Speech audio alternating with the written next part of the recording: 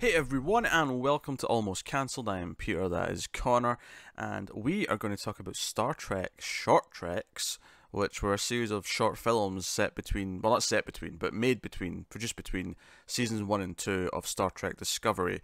I'm tempted to call it Star Trek Discovery Short Treks because they're all Star Trek Discovery related. They're all characters from Star Trek Discovery. They are, and we know there's more coming after season 2 of Discovery that are going to be animated, which I suspect might not be as related to Discovery. Yeah, they'll be more related to the animated shows that are coming later.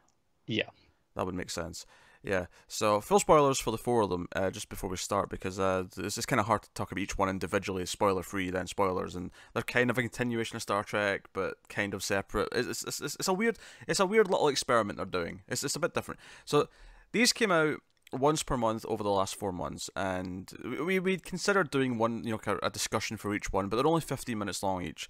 So we made the choice to just wait until they were all out and then sort of do it in the run up, because obviously season 2 of Star Trek Discovery is starting next week. We're looking forward to that. We're going to be discussing that week to week. So we're doing this a week before the new season. So four episodes of this, 15 minutes each, and they're all very standalone, very separate. And we'll just tackle them in order. So that's basically what we're going to do. Well, Before we even talk about, the episodes themselves, yes. how do you feel about the concept of what these are? 50-50. It's like on the one hand, like my OCD brain is against weird extra things that don't categorize easily with the rest of everything else. Yeah, especially as if you look on like IMDb and look at short treks, That's a separate these are thing. actually episodes 2 through 5. Episode 1 is something completely different. It's like a little On IMDb? yeah, I believe Not any more than that. Oh, they not? They were before. I'm looking at them right now. It's 1 through 4. Okay, they were before. There was a separate one that was like a behind the scenes thing, I think. Yeah. So that bugs me because I mean I kind of hate Christmas specials for the same reason. I hate extra things that aren't just part of the season. Which admittedly is just kind of a weird arbitrary thing. It's just a weird, like, this. I am trained for TV to function in this way, and it bugs me when it doesn't. But so I admit it's not really a big complaint, but it's a personal little. I get that. For my side, I really love short stories because I think they're quite challenging for a creator to get right. If you can get a short story right, it says a lot about their talent, to me at least, because I think it's hard to have a complete story that feels satisfying in such a relatively short time constraint. What's interesting though is that most filmmakers actually start off doing short films because it's just easier to do. It's what budget allows. Yes, this is what you can do. So you almost train in that first before you start tackling bigger things. Going into this, I wasn't sure what I was going to end up with. I wasn't sure if I was going to end up with nice little short stories or if I was going to end up with things that felt like, oh, they've got an idea, but ultimately it doesn't do anything with it because they've only got 15 minutes. How much can you do in 15 minutes? Yeah.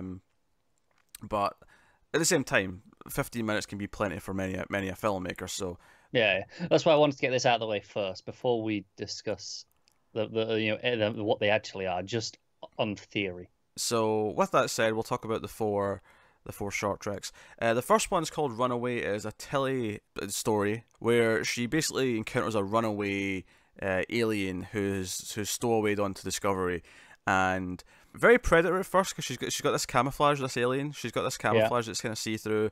Her blood even reminds me of Predator. It's a different color, but it's very bright because the Predator's blood is green. Hers is like orange, but it's very bright, illuminating orange. Quite thick. Yeah, so it made me think of Predator quite a bit. Obviously, that's where the similarities end because Tilly's trying to have some food. The alien shows up and chaos ensues. But Tilly tries to communicate, uses the translator, tries to talk to her. There's some humor. She has to kind of cover for her when the other cadets come in. Yeah. There's some jokes about the food going haywire and there's food everywhere. And then ultimately, it's about Tilly kind of understanding why she ran away and then kind of convincing her to go back. Because the big reveal towards the end of the story, when she does decide to go back, is that she's actually about to be queen because her parents and her brother have died and she was the princess.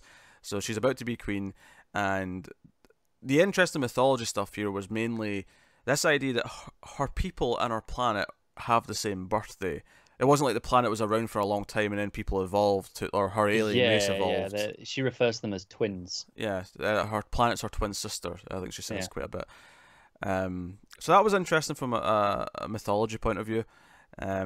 Also worth mentioning, all four of these are shot in 2.35:1, different aspect ratio from the first season. I am hoping that season 2 carries Yeah, I'm this forward. intrigued because obviously this could be a sign of, hey, let's just get people used to it before we jump into season 2. Let's establish that this is possible, or it could be just to set these apart. It could be. I really like how a lot of this is based around, for Tilly going through the captain's track training, which is it was a big part of her character at the end of the last season. Yeah, she's not sure of herself. Her mother's kind of been dismissive and saying, you can't do this. You got really scared as a kid. You sure this is a good idea? You've been under all this pressure. And ultimately, from a character standpoint and the relevancy of this episode for the show as a whole, this is about, okay, maybe she does have what it takes. Yeah. Because she's able to essentially motivate this other character, this alien character. She motivates her, makes her realize, makes her come to her own conclusion, essentially, that the reason why she run away is because she doesn't, want to take all this responsibility, but she really cares about her planet, and she doesn't trust anyone else to take care of it. And she's like, and Tilly's like, well, there's your answer then. You kind of have to go take care of it if you don't trust anyone else. Yeah. And she's like, okay, yeah. So she beams her back, and it's a whole thing. Yeah, I remember when this came out, because obviously, I remember seeing the reactions to a lot of them over the past few months. A lot of people were really disappointed about the lack of context for why things were happening in this one. Why is Tilly just on her own doing all this stuff? And I'm like, I don't know. That never bothered me.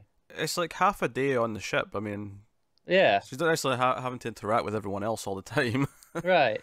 I mean, I thought it was a complaint that I remember hearing a lot. It was the most prevalent complaint about this one. Yeah, it never stuck out to me. I mostly quite liked this one, actually. Yeah, me too. I watched this one. I'm like, do you know what? I'm suddenly much more excited for the second season.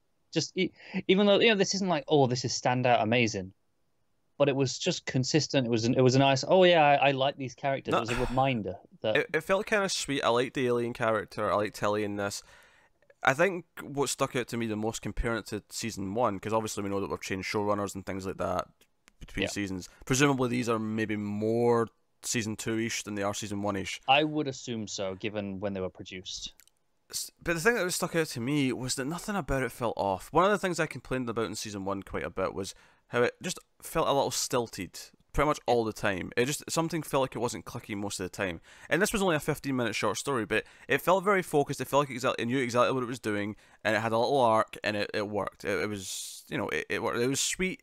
And Tilly, understanding that she can be a leader because she convinces her to do the right thing, but also just the kind of the message of taking the responsibility, but she also has to do for herself, and being strong. Like, it ties in.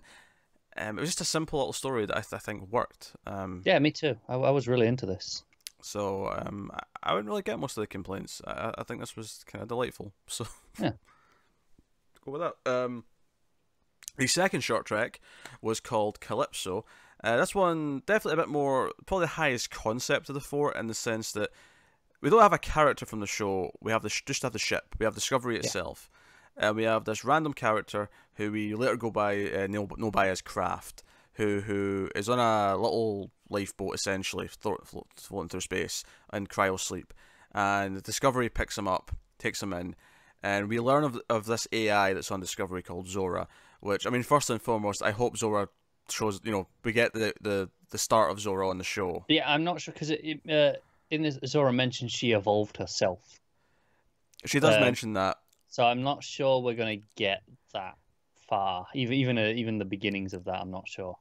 I'm hoping that she's still, like, at least there is a voice. Like, I'm thinking, like, Jarvis to Vision, where she's there in a Jarvis capacity. Okay. on the show. I don't know. Just do some sort of quantum timey-wimey thing. Sure, why not? Maybe Zora comes back. She's a very likable AI character. Yeah, because that's the thing. This is set 1,000 years in the future. Which puts it, which I think makes it the furthest in the timeline of Star Trek. Yeah, quite ever. comfortably, I believe. So someone will probably like say, "Oh no, there was something else that No, had a no, flash forward or something." this is the furthest. That's what I remember the selling point of this one being was, oh, it's the furthest forward. Uh, it's sure. I don't know if I'm willing to just assume that none of Deep Space Nine or Next Gen or whatever didn't have an episode where it was like, here's a flash forward into. I understand why you're saying that, but Yeah. like I said, all the media was like, no, no, no. This is Okay. the selling point was it's the furthest forward. But did you see all this media? I didn't see anything about any of Did you these not? four. Really? I saw I the saw, I only saw literally. I had nothing. I knew nothing about what any of these were about before I watched them. I didn't see much about the third one. That's the only one I didn't see stuff about. I Anyway, think the fourth one benefited by being so close to the new season. so we have this character Kraft who wakes up. He was injured. Med Bay healed him up, and he's walking around the ship. And it's kind of you're stranded alone on a spaceship story where Discovery, or controlled by Zora, doesn't want to leave and take him back to his home planet because he was in a war. He mentions that he's been in a war for years. He's been gone Yeah. for 10 years from his family.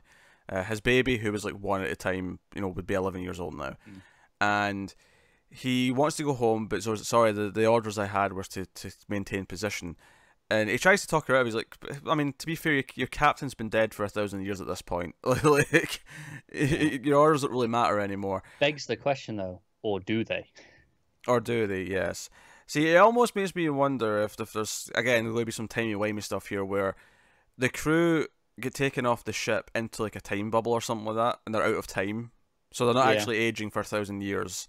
'Cause that would be a really interesting conceptual thing. If the reason why we never heard about Michael in the original series is because the crew of the Discovery gets shot forward in time 1,000 years, and we actually spend the show in that time period past a certain point. Oh man, that would be. The premise of Discovery was just, I don't know, let's go out and explore. Like, Yeah. genuinely just find new stuff. I mean, that's one hell of a way to do it, right? Everything's new In for them fact, at that point. what if the reason why the ship has to maintain position is because they didn't move in location? They just zap forward in time. So the Yeah. ship has to be there so that when they appear in the future, the ship's Yeah. there to hold them, or they're just floating in space dying. Oh man, I don't really expect this to happen, Yeah. but I hope. I hope to. But this is kind of a sweet story. It's Kraft, which is not his real name. He bonds with Zora. Zora like shows him some movies, makes him food that he's never had before. Entertains him generally. And then ultimately he's like, "You've done so many nice things for me. Has no one ever done anything for you?" So he learns a dance from her favorite film, this musical number, Yeah. and she is a hologram, dances with him. And he almost kind of gets caught up in the moment and kisses her, and he remembers his wife, and he gets kind of upset and leaves. But honestly, my only critique of the episode in its entirety is probably the tear that the hologram sheds when it's frozen, because he pauses the hologram and leaves the room, and it cuts back to the hologram and there's a tear going down the face, and that rang false for me just because the hologram's not really her. The hologram just represents her, and it's been paused. I get it as a visual thing. I think it actually would have almost been more effective just to cut back to the face being paused, rather than having the extra tear roll down it. Okay. I mean, it didn't bother me. I could understand what you're saying. But It rang false. It rang as like an extra dramatic touch that didn't feel natural. Okay. For drama's sake. But that's my only complaint. I really like this shot.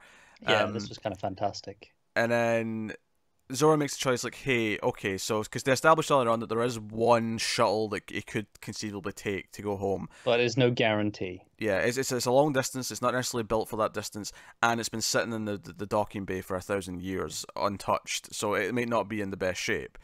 And she says, and it's basically about her. Zora basically realizes that it's worth the try, even if he fails. It's worth the hope of getting home. So she preps the shuttle and gives him a spacesuit. And there's this touching goodbye where she asks him just before he's walking out. If I was on your planet, if I was a person and we were lovers, would you tell me your real name? And he says, well, if we were lovers, I'd let you give me my real name. No, it's you'd already know it because you'd give it to me. You'd give it to me, yes. And then she says, I already have then.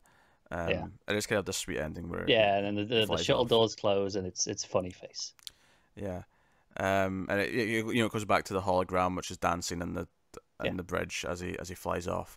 It's just a really sweet story. It's a simple little sci-fi tale. It's such an interesting adaptation of the the Calypso story from the Odyssey, I honestly which think that is a lot more sinister. honestly think that all four of these are relevant to the new season, I and hope so. I think they all. I think obviously the first one's a character thing for Tilly. I think this one is about the ship and the AI. I don't think this. I don't think Kraft is going to come show up in any capacity. I think the establishing that the ship has this AI, or at least establishing that it waits for 1,000 years, is going to be relevant in some plots coming up.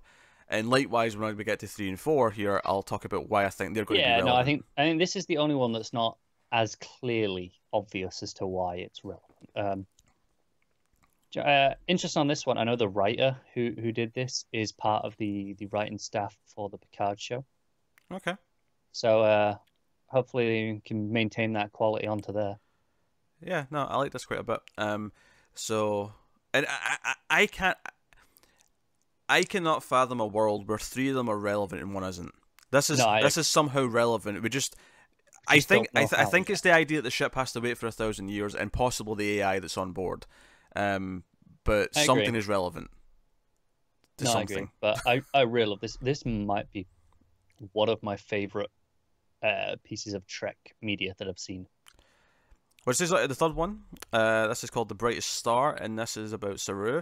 It's his origin story, and I don't think we ever quite understood quite how he came to be in Starfleet or how unique that was, because this story presents, him with his people who have not achieved spaceflight or, even lots of other technology, they're Very behind us. basic, yeah. They worship this piece of tech from another race that was left behind, essentially, and they actually sacrifice people every once a year. They sacrifice like 5 or 6, however many it was, who have come of age. Yeah. Although notably, Saru's dad, who's like the priest figure, it seems to be exempt from that, at least until maybe a later age, because he's the Yeah. priest. Someone's got to be in charge. I suppose.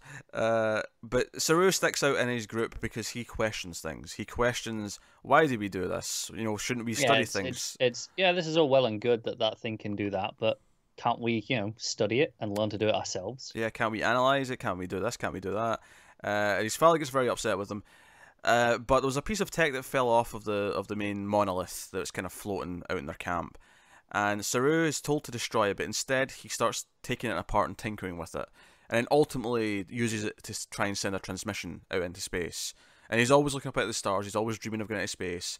It's basically a story of someone who's way ahead of their time, and the very primitive beliefs of his culture are kind of holding him back, and like Yeah. how everyone else looks at him. And he obviously cares about his sister. He has kind of a touching goodbye with her. She doesn't realize it's a goodbye. He's just kind of, because he gets a message back eventually saying, "Oh, today, where someone's coming to talk to you." Yeah. And it's Giorgio. Giorgio comes out, and it's Lieutenant Giorgio, so it's obviously in the past a little bit. Makes sense. And she's like, "Hey, because of our rules, because your race, your planet has not achieved any kind of warp technology or even space travel, we're not allowed to kind of like pull you all into our system. You kind of have to get there first. Yeah. But you've obviously jumped ahead and you've contacted us, so you can come." So we never. I don't think we ever realized. Maybe it was mentioned at the start and we forgot about it. But I didn't remember that he was the only Kelpian to be in Starfleet.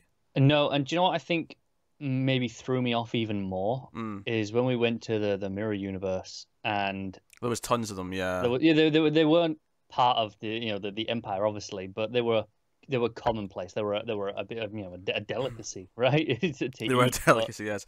but Um, they were commonplace. I think in to a degree, whereas so it's it gives us this illusion that no, there's loads of them around. Yeah, it's funny actually because I think if you told me the concept of this before I watched it, I might have criticized it, and I might still a little bit. And this is just very slight. Like this doesn't bother me, but if I'm being very objective and I look at it, I say, okay, it's a little bit too Spock, just in the sense that he's the first one in Starfleet, right? I mean, And the same with sure. Worf as well. Worf's, well, I don't know, Worf wasn't the first Klingon in Starfleet. We're watching Next Gen right now. We'll maybe establish that as we watch more of it. But just in the sense that he's kind of the first one, and it's kind of special that he's there. But everything else about it I like, because the idea that he kind of stepped outside his own people, that he raced ahead in advancement and questioned Yeah. things in a way that I think that's everyone why else I can wasn't. overlook the idea that he's the first as well, Mm. because the circumstances are so different that it kind of almost has no relevancy as a comparison, because that's where the comparison ends, really. Oh, it is not. There's also just that one detail. It's that Yeah, one detail. Which is why I say if you told me about this beforehand before I watched it, I might have been like, oh, really? But having watched it and seen the concept of him essentially reaching out to the stars and get it's because it's almost equivalent of someone who believes UFOs exist, right? And trying to like contact someone, and aliens coming down and saying, "Hey, your civilization's a bit primitive for us. We don't really want to talk to everyone else, but you kind of reached out, so we're confirming it. We're here, right?" yeah, And no one ever yeah. believed them. They look at them like they're crazy people, Right. but it's kind of Right. that. But I do really like this in terms of the idea that it's kind of core Star Trek, right? I don't know, reach above what you're supposed to do. Yeah, yeah, yeah. Reach higher, reach far. Yeah, all Yeah. that stuff.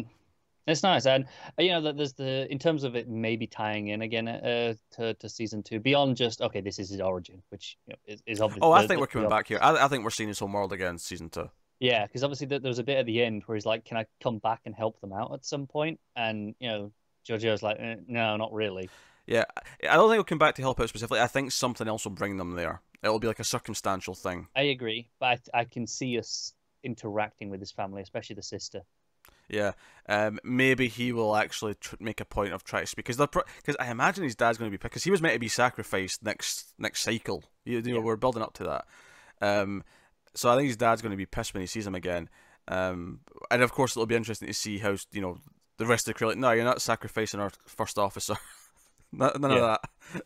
None of that now. You cut yeah, that out. yeah. And I think that'll be a really interesting interaction when we get to that, which I'm fairly sure we will see at Yeah, some point. no, it was even at the end of the episode. It was like halfway through. I'm like, there's no way we're not seeing this homeworld again. Oh no, I agree, but it was at the bit at the end that really Yeah, was like, no, no, okay, we're definitely doing it. and then the fourth one was a Harry Mudd story. It's called The Escape Artist, and it's Harry Mudd's he's been traded by a what would you call it's not an assassin because you didn't kill him. Bounty Hunter? Bounty hunter. Thank you. That was the phrase I was looking for. Captured by a bounty hunter and has been sold off to this alien dude who's got beef with him because I mean who doesn't have beef with Harry Mudd? I mean, they could put anyone in here repeatedly. You could make this episode as many times as you want, and I'll still believe that someone else has got beef with him. Yep. So much so that Harry Mudd himself has seen Bit of a gold mine. a bit of a gold mine. He's seen the potential, the profitability of exploiting this hatred that everyone has for him, because so this alien dude, the alien sister has sex with Harry Mudd, which get that out of your head right now. But Harry apparently stole what was it called? It It's was a cudgel. cudgel. That was what it was. It's kind of a mace, Yeah. but it's blunt. And I'm glad he asked what it was because I'm like, what the hell's a cudgel? Someone explain a cudgel. I actually knew that one. You knew that one, okay? So it's not just Yeah. an alien word; it's actually a thing. Yeah.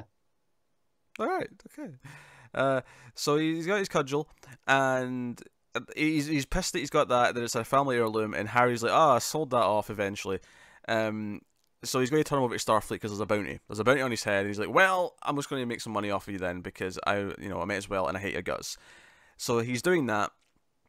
And throughout this, every time he tries to like convince him to let him go, either through like promise of like joining a resistance against the Federation, promise of money, it cuts to like another time he's been kidnapped and how he's used the same excuse to try and get out of the same thing. But often it will twist it a little bit, and Yeah. just so it's relevant for that situation with whoever he's been captured. Yeah, by. there was a fun one where it's like this short alien woman who's like sort of like dragging him, and he makes a comment about her, slow down, please, and it's something to do with your height. And she's like, Yeah. I'm a perfectly normal size. It's not my fault you're so slow, or something like that. Yeah. There was just little things like that. We see him with the Klingons at one point, which I assume is maybe tying into when he was actually captive with the Klingons Probably in season yeah. 1, which is a neat tie.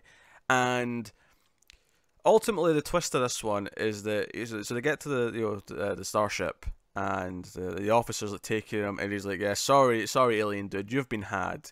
Like this isn't the real Harry Mudd." And he's like, "What are you talking about? He's the real Harry Mudd." He's like, "No, he's a robot." He's like, "No, tell me real. No." Someone, so a bounty hunter sold you this guy, did he? Well, here's the thing: we've had about 10 different people shot with a Harry Mudd in the last 2 weeks, and he just opens this door, and there's just like all these Harry Mudds, and they're all androids Yeah. who have been recreated. And then the alien gets so mad that to try and prove that it's really Harry Mudd, he rips off his arm. And then we get all of the robots kind of break, and so Yeah. is it sipping chippers on a beach? Yeah. They'll talk about sipping rubbish. They keep repeating this line. They keep repeating the line. Yeah, but it was very comically and well directed. And then we get back to the real Harry Mudd, because he's the bounty hunter. He takes off the mask, because he's got like a voice modulator that makes him sound like a woman. He takes the mask off, it's really him. And he gets a call from someone who hates Harry Mudd. He's like, okay, Robot Harry, stand down. You want Harry Mudd, do you? Well, I can give him to you for 50,000 credits. And that's the end of the episode. No. One more joke. Okay. Does more anyone want a cudgel? Does anyone want a cudgel? A slightly used cudgel, I believe. Yes. No, this was a blast. This was fun. Funnily enough, though, it may be my least favorite of the four. I might prefer it slightly over the third one. Okay, I could see it.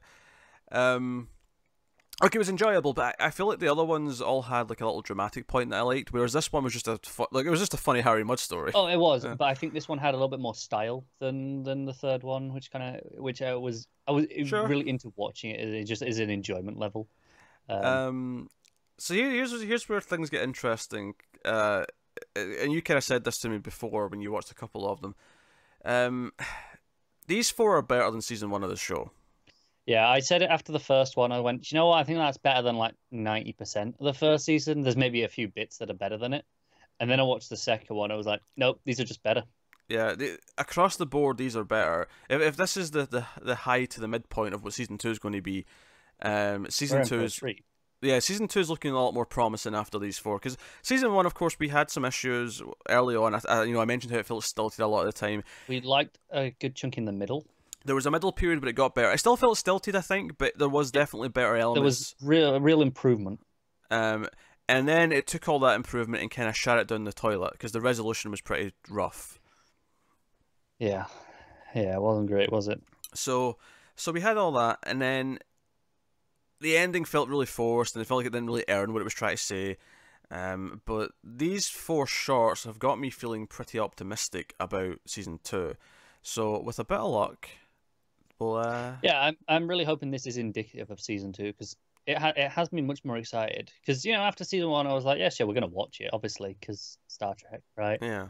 But I wasn't really excited. Even we it had a better trailer. That trailer was like, oh, this looks like it's better than the last season was. But trailers can be misleading. Yeah, there was a little trailer again at the end of this fourth short. Yeah. I have to admit, I was a little disappointed to see that Ash was in the footage. Yeah, me too. I was like, can we not just not have him, please? Yeah. He kind of sucked. A little bit. He really sucked. I wasn't a big fan of his acting, and it really started to bug me how he had no chin. Like after about 3 or 4 episodes. Yeah.